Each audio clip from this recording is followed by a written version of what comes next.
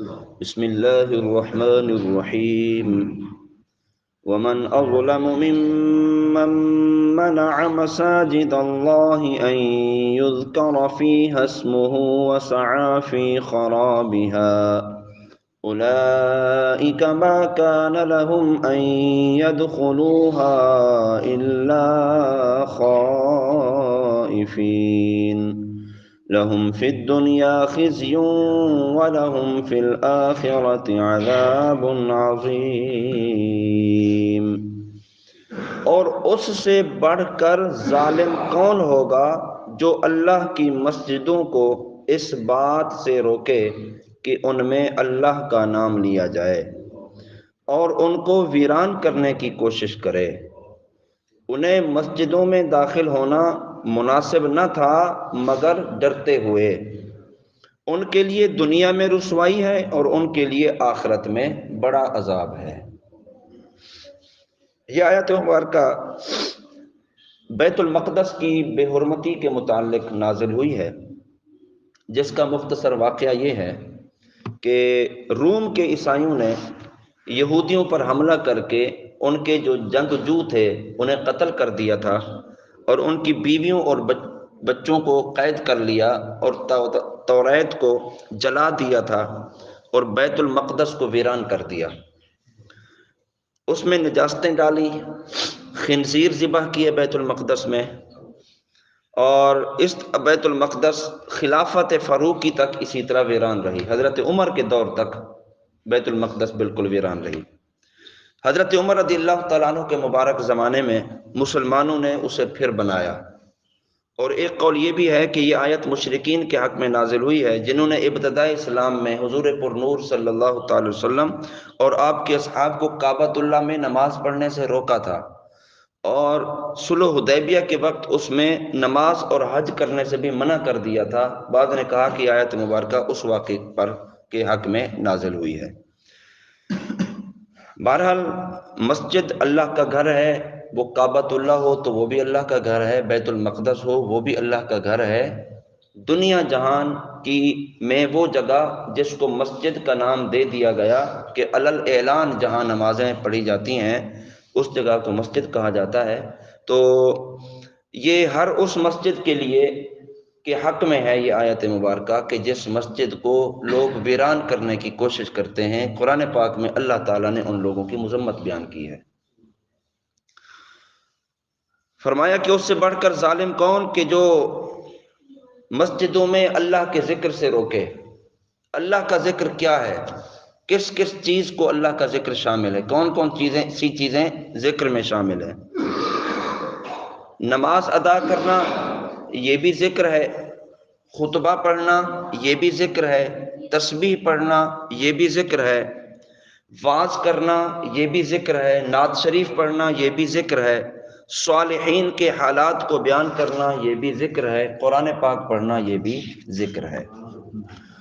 تو ذکر اللہ کو منع کرنا ہر جگہ پر برا ہے۔ کہیں پر بھی اللہ کا ذکر ہو رہا ہے، یعنی ان معاملات میں سے کچھ ہو رہا ہے تو یہ ذکر میں شامل ہے۔ وہ کسی جگہ بھی یہ ذکر ہو رہا ہو منع کرنا برا ہے، اور مسجد میں منع کرنا زیادہ ہی برا ہے، کیونکہ مسجدیں بنائی ہی اسی لیے جاتی ہیں کہ وہاں اللہ کا ذکر ہو۔ باہر بھی کہیں ذکر ہو رہا ہے لوگ منع کرتے ہیں تو وہ بھی برا کر رہے ہیں، لیکن مسجدوں میں ان چیزوں سے منع کرنا یہ انتہائی برا ہے، کیونکہ مسجدیں بنی کس لیے ہیں؟ نماز ادا کرنے کے لیے بنی ہے، قرآن پڑھنے کے لیے بنی ہے، اللہ کا ذکر کرنے کے لیے مساجد بنی ہیں۔ مسجد کو کسی بھی طرح ویران کرنے والا، چاہے وہ ذکر سے منع کرنے والا ہو، چاہے وہ نماز سے منع کرنے والا ہو، چاہے وہ مسجد میں گندگی پھیلانے والا ہو، مسجد میں شور و غل کرنے والا ہو، مسجد میں افراط و تفریط کرنے والا ہو، یہ سب ظالم ہیں، اور سب کا ظلم اس لحاظ سے اس معاملے میں شامل حال ہے۔ بلا وجہ لوگوں کو مسجد میں آنے سے روکنا یا مسجد کی تعمیرات سے روکنا، مسجد یا اس کے کسی بھی حصے پر قبضہ کرنے والا یہ بھی ظالم ہے، مسجد کو ذاتی استعمال کرنے والا یہ بھی ظالم ہے، مسجد کے کسی بھی حصے کو مسجد سے خارج کرنے والا یہ بھی ظالم ہے، اور یہ سب لوگ اس آیت مبارکہ کی وعید میں شامل ہیں۔ اللہ اکبر۔ البتہ یہ یاد رہے، جو جنبی ہے یعنی ناپاک آدمی، اس کو مسجد میں آنے سے روکنا یہ شرعی حکم ہے کہ ناپاک آدمی مسجد میں داخل نہیں ہو سکتا ہے۔ اسی طرح جس کے منہ سے بدبو آ رہی ہو، وہ لہسن کی ہو، وہ پیاز کی ہو، یا بدبودار کوئی اور چیز کھانے کی وجہ سے منہ سے بدبو آ رہی ہو، ایسے بندے کو بھی مسجد سے روکنا یہ جائز ہے۔ تو حقیقت میں مسجد سے تکلیف دہ چیز دور کرنا، کہ جس چیز سے نمازیوں کو تکلیف ہوتی ہے، جس چیز سے اپنا ساتھ میں بیٹھنے والے کو تکلیف ہوتی ہے، تو ایسے بندے سے دور ہونا یا ایسے بندے کو روکنا یا تنبیہ کرنا یہ جائز ہے، کیونکہ مسجد میں بدبودار چیز بھی نہیں لا سکتے اور مسجد میں گندگی کرنا بھی منع ہے۔ اور دوسری بات یہ ہے کہ مسجد کے نزدیک دوسری مسجد اس نیت سے بنانا کہ پہلی مسجد ویران ہو جائے تو یہ حرام کام ہے، کہ یہ بھی مسجد کی ویرانی میں کوشش کرنا ہے۔ البتہ اگر کوئی مسجد بنائے تو اس کی نیت پر ہم حکم نہیں لگا سکتے کہ اس نے بری نیت سے بنائی یا اچھی نیت سے بنائی ہے۔ اگر اس نیت سے قریب ہی اور مسجد بنا دی کہ یار یہ ویران ہو جائے، ادھر تو کوئی جاتا ہی نہیں ہے، ادھر تو کوئی نماز ہی نہیں پڑھتا ہے، اور ہم جو ہے وہ اپنی مسجد بنا لیتے ہیں، اگر اس بری نیت سے مسجد بنائی تو وہ مسجد بنانا حرام ہے، پھر اس میں نماز بھی نہیں ہوگی، اس میں عبادت بھی نہیں ہوگی۔ ہاں اگر اچھی نیت سے مسجد بنائی ہے کہ ایک مسجد میں جگہ کم ہوتی ہے اور لوگوں کو نماز کے لیے پریشانی ہوتی ہے، چلو اور مسجد بنا لیتے ہیں، نمازیوں کی تعداد زیادہ ہے، تقسیم ہو جائے گی، تو یہ ایک اچھا عمل ہے۔ بہرحال لوگوں کی نیتیں اور لوگوں کے ارادوں سے دوسرے بندے واقف نہیں ہوتے، تو اس پر کوئی حکم نہیں لگایا جا سکتا۔ الا خائفین، فرمایا انہیں چاہیے تھا مسجد میں داخل ہوتے ڈرتے ہوئے، اللہ کا خوف ان کے دلوں میں ہونا چاہیے تھا۔ تو مسجد میں ادب کے ساتھ، مسجد میں تعظیم کے ساتھ، مسجد میں داخل ہوتے وقت خوف خدا ہونا چاہیے۔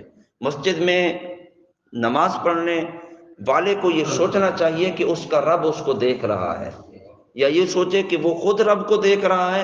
اگر یہ نہیں سوچ سکتا تو کم از کم یہ تو لحاظ کرے کہ اس کا رب اس کو دیکھ رہا ہے۔ تو جو رب کی نظروں میں ہو، پھر آپ خود غور کریں کہ اسے کیسا ہونا چاہیے، کس طرح اس کو ڈرنے والا ہونا چاہیے، کس طرح اس کو خوف کھانے والا ہونا چاہیے۔ اللہ اکبر۔ نہ ڈر بے باک ہو کر اونچی اونچی آواز سے کلام کرنا، شور و غل کرنا، اونچی اونچی آواز سے باتیں کرنا، یہ مسجد کے آداب کے خلاف ہے۔ مسلمان کو یہ نہیں زیب دیتا کہ اللہ کے گھر میں آ کر بھی اسی طرح کی باتیں کرے کہ جو گلی کونوں میں باتیں کرتا ہے۔ اس چیز کا خیال کرنا تمام لوگوں کو ضروری ہوتا ہے۔ بیت المقدس ویران کرنے والوں کو دنیا میں یہ رسوائی پہنچی کہ وہ سب قتل کیے گئے اور گرفتار ہوئے اور جلاوطن کر دیے گئے۔ خلافت فاروقی اور خلافت عثمانی میں ملک شام ان کے قبضے سے نکل گیا اور بیت المقدس سے ذلت کے ساتھ وہ نکالے گئے۔ مسجدوں اور مسجدوں کے سے تعلق رکھنے والوں سے نفرت کرنے والے کو یہ وعید اپنے پیش نظر رکھنی چاہیے کہ مسجد سے نفرت کیوں ہے، مسجد والوں سے نفرت کیوں ہے، مسجد میں رہنے والوں سے نفرت کیوں ہے، مسجد کو آباد کرنے والوں سے نفرت کیوں ہے۔ اگر یہ نفرت ہے فقط حسد کی وجہ سے، تو اپنا انجام سن لیں، دنیا میں بھی ذلیل ہوں گے اور آخرت میں بھی ذلیل ہوں گے۔ مسجد اللہ کا گھر، اللہ کے گھر سے محبت رکھنا، اللہ کے گھر کو آباد کرنے کی کوشش کرنا اور اللہ کے گھر کو آباد کرنے کا ذریعہ بننا، یہ تو اللہ کے نبیوں کی سنت مبارکہ ہے۔ کعبۃ اللہ کو حضرت ابراہیم علیہ السلام نے بنایا، کعبۃ اللہ کو حضرت ابراہیم علیہ السلام نے سجایا، کعبۃ اللہ کو حضرت ابراہیم علیہ السلام نے ایک دفعہ پھر سے آباد کیا۔ حضرت زکریہ علیہ السلام کعبۃ اللہ میں رہا کرتے تھے، بیت المقدس میں رہا کرتے تھے، اور دیگر انبیاء کرام کہ جن کی یہ ڈیوٹی لگی، یہ ذمہ داری ہوئی کہ تم اللہ کے گھر کو پاکیزہ رکھو، کہ یہاں اللہ کے بندے آ کر اللہ کی عبادت کریں گے۔ وَلِلَّهِ الْمَشْرِقُ وَالْمَغْرِبُ فَأَيْنَمَا تُوَلُّوا فَثَمَّ وَجْهُ اللَّهِ إِنَّ اللَّهَ وَاسِعٌ عَلِيمٌ۔ اور مشرق و مغرب سب اللہ ہی کا ہے، تم جدھر منہ کرو ادھر ہی اللہ کی رحمت تمہاری طرف متوجہ ہے، بے شک اللہ وسعت والا، علم والا ہے۔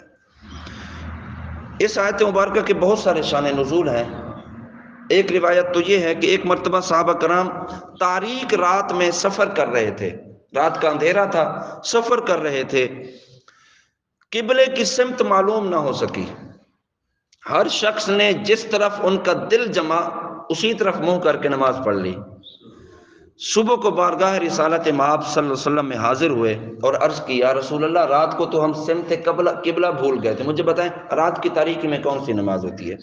یقیناً نماز تہجد ہی پڑھی ہوگی، کہ نماز تہجد پڑھ رہے ہیں، تاریک رات ہے، سمت قبلہ معلوم نہیں ہوئی، جس طرف منہ کی دل جمع کہ یار اسی طرف ہی قبلہ ہوگا، اسی طرف ہر بندے نے منہ کر کے نماز پڑھ لی۔ حضور کی بارگاہ میں عرض کی تو یہ آیت مبارکہ نازل فرمایا، مشرق بھی اللہ کی، مغرب بھی اللہ کی، جس طرف تم منہ کرو گے اسی طرف اللہ کی رحمت ہی رحمت ہے۔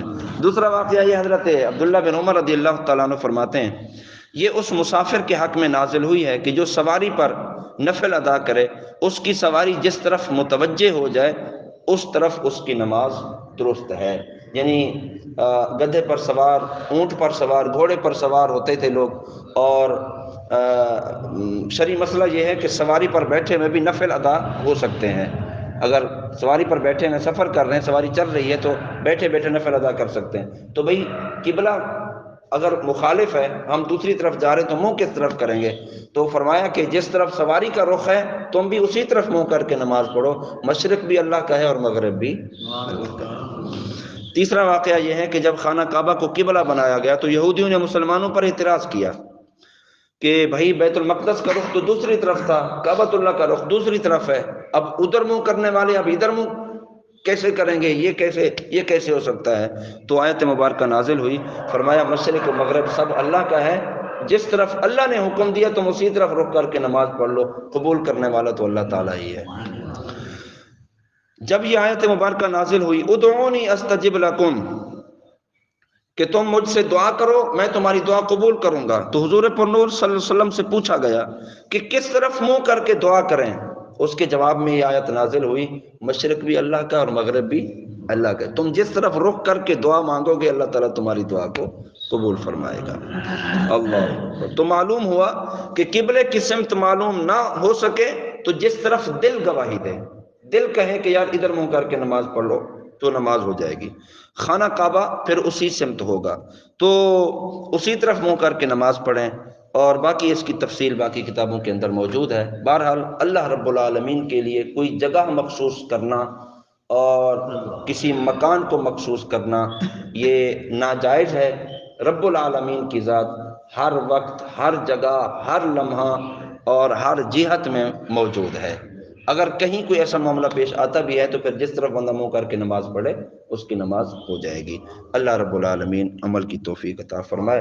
وما علینا الا البلاغ المبین۔ بسم اللہ الرحمن الرحیم۔